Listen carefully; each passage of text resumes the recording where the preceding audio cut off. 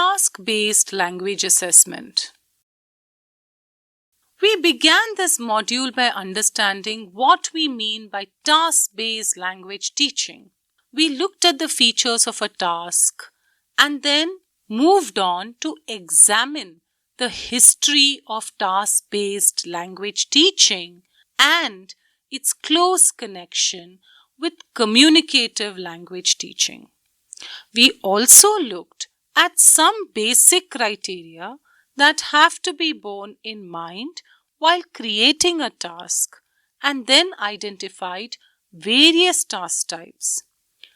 This was followed by a detailed discussion of the stages of a task-based lesson and some sample lesson plans. Now, as teachers, we are aware of the fact that all kinds of teaching, learning must be followed and supported by tests and assessments to ensure whether any learning took place. Assessment forms an integral part of all teaching learning practices, and the necessity to have a form of assessment in TBLT cannot be overlooked. The task-based language assessment TBLA works within the framework of TBLT as an alternative form of assessment. Like TBLT, task-based language teaching, it takes into account a task as the fundamental unit of analysis and is largely concerned with what the learners can do or perform with the language as opposed to their knowledge of the language, such as grammar and vocabulary. In a TBLA framework, learners replicate real-life language use and real-world behavior. Like TBLT, TBLA is also meaning-focused, and learners are required to use the target language to achieve the communicative goals set for the assessment tasks. Task performance is essential in TBLA in informing the teachers about their decisions to be made regarding the learners, because while performing the tasks, the learners provide samples of their language ability. As we have developed some understanding of TBLA, let us look at some of the characteristic features of TBLA that distinguish it from other assessment types. Features of TBLA. TBLA as a testing framework has the following characteristics as stated by Shahade and Nurozi and Taheri. A. Assessment tasks as the main instrument. Assessment tasks play a significant role in TBLA since they constitute the fundamental unit of analysis and motivate the construction of test instruments, item selection, and the rating of performance. They are used to evaluate learners' communicative performance, which is a result of the learner's language use, combining both skill and language. They are used to evaluate learners' communicative performance, which is a result of the learner's language use, combining both skill and knowledge in a meaningful, goal-oriented, pedagogical context. However, developing assessment criteria and measurement of task performance to ensure the validity and reliability of the test is a painstaking process and requires expertise. B. Meaning-focused and goal-directed language use. Assessment tasks involve communicative goals, and in order to achieve the same, they must focus on meaning and purpose. the learners use their linguistic skills as well as non-linguistic abilities to achieve the outcomes. They perform the task by integrating their skills and knowledge of the language to accomplish the goals. C. Authentic and real-life language use or behavior. The construction of assessment tasks must relate as closely as possible to real-life settings. In the same line, the learner's language performance or behavior must be typical of a real-life situation as well. Similarly, the assessment criteria can be based on what the learners would do in a real-life context.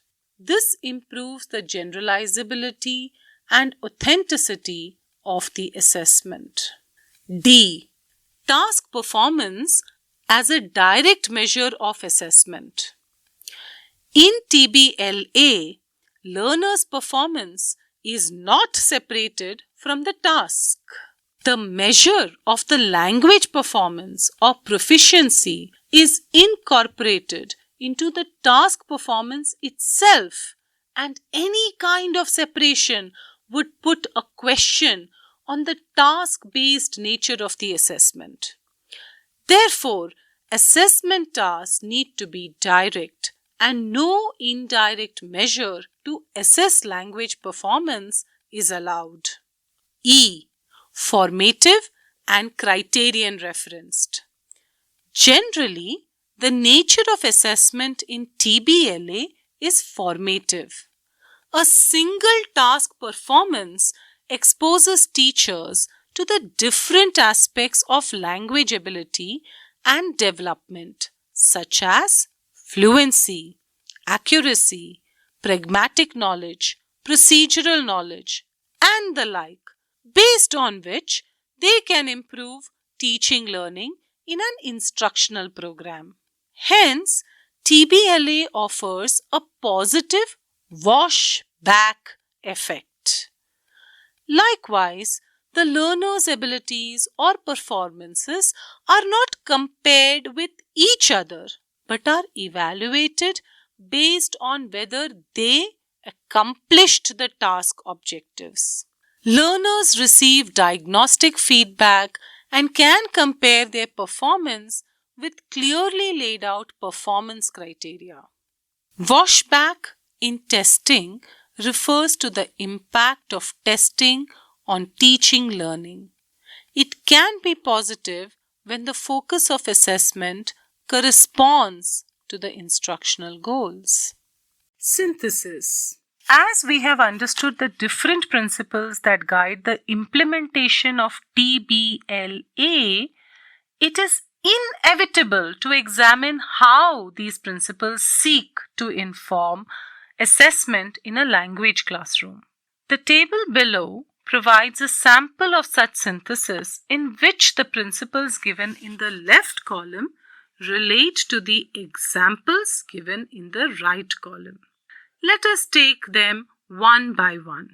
The first principle is a task is the center of the TBLA. An instructional example can be getting a cup of coffee. The teacher tells students that they will learn how to ask for a cup of coffee in English. B. The second principle could be the task is not a one-off. Since it involves performance, students have had opportunities to do their best in the final task performance. Thus, TBLA is directly aligned with instruction. An example for this could be that the teacher announces the task and asks students how it can be done. The teacher shows an example and students do listening and grammar in context activities about the central task. Students rehearse the task and get formative feedback from the classmates and the teacher. The third principle, C, is that there is some sort of connection between performance in the TBLA and real life use of language.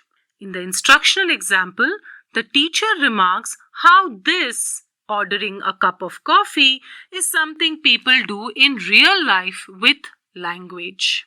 D. The fourth principle is performance in the task is supported and enhanced by formative feedback that comes from teachers or other students. In the instructional example, it could be that in rehearsals, students get feedback from one another and from the teacher. Feedback focuses on language aspects and or task completion. You can ask for a cup of coffee in English. E. The fifth principle for TBLA involves the use of different language skills with a particular focus on one. For example, reading a text before orally reporting something.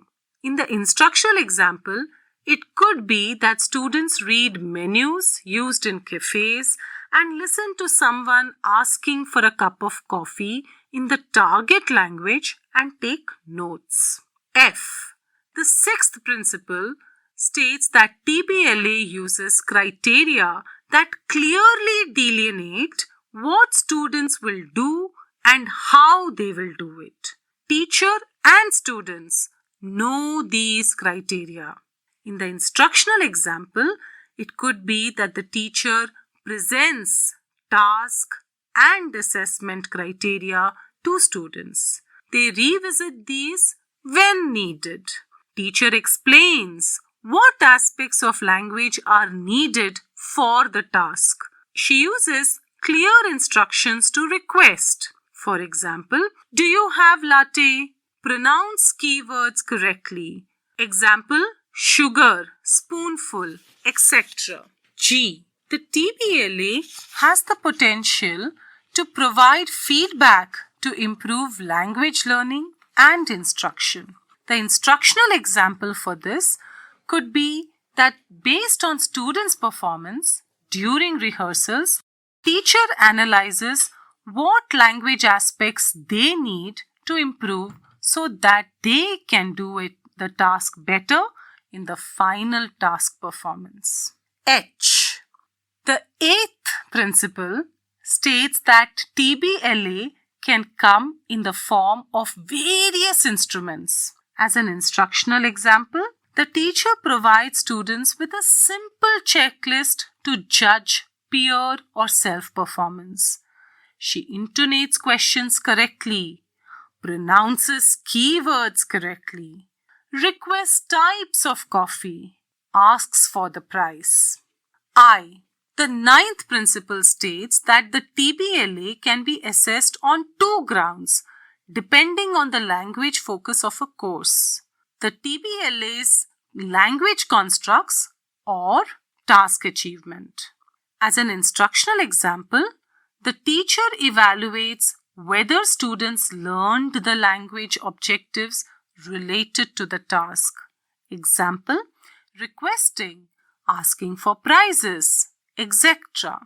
And the completion of the task itself. Do you feel students can now ask for a cup of coffee in English? J. The 10th principle states that the TBLA allows stakeholders to judge how well the task was achieved and why this happened thanks to language ability. As an instructional example, the teacher makes learners aware of what they can do through English now and how they use this language for this particular purpose. This lesson plan and idea has come from Giraldo in 2020. Issues and challenges. Traditionally, the context of teaching learning has been exam-oriented and available for public assessment. The uniform tests that emphasize upon testing the vocabulary, grammar, and comprehension have well-determined scoring criteria. However, in TBLA, it is challenging to develop reliable scoring criteria.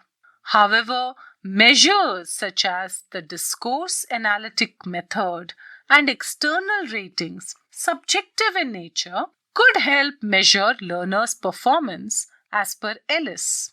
Rating a task performance by raters can be subjective and might lead to unreliability. Moreover, test takers' characteristics, for example, anxiety, and raters' lack of training in assessing task performance, might affect the reliability of TBLA. Further, the issues related to authenticity and generalizability have been major concerns in TBLA. Mere replication of real life activities does not make an assessment authentic and informative. The absence of real life participants, though not feasible always, and no consideration for non-linguistic factors except learners' language questions the authenticity of TBLA. In the same manner, it is hard to generalize from a particular task performance that the learners can do well in real-world contexts. It may not be possible either for the assessment task to provide enough context and language to support the learners to negotiate in non-testing contexts. On the pedagogical side, many teachers consider TBLA as theoretical and not feasible for implementation. This is due to their lack of practice in utilizing TBLA in classrooms. They must be informed about how TBLA is conducive to L2 learning. As we will have seen, it is not necessary or even possible to use tasks all the time. There are too many demands on the teacher, and it may not be possible to get an accurate understanding of the student's level of language proficiency. Nevertheless, it is a great technique to use now and then in the classroom. It adds a fun element and gives learners an opportunity to try out all that they have learned in a non-threatening atmosphere and get valuable feedback before they actually use the language in the real world. It also gives us, as teachers, a good sense of how much they have learned and the direction our instruction needs to take.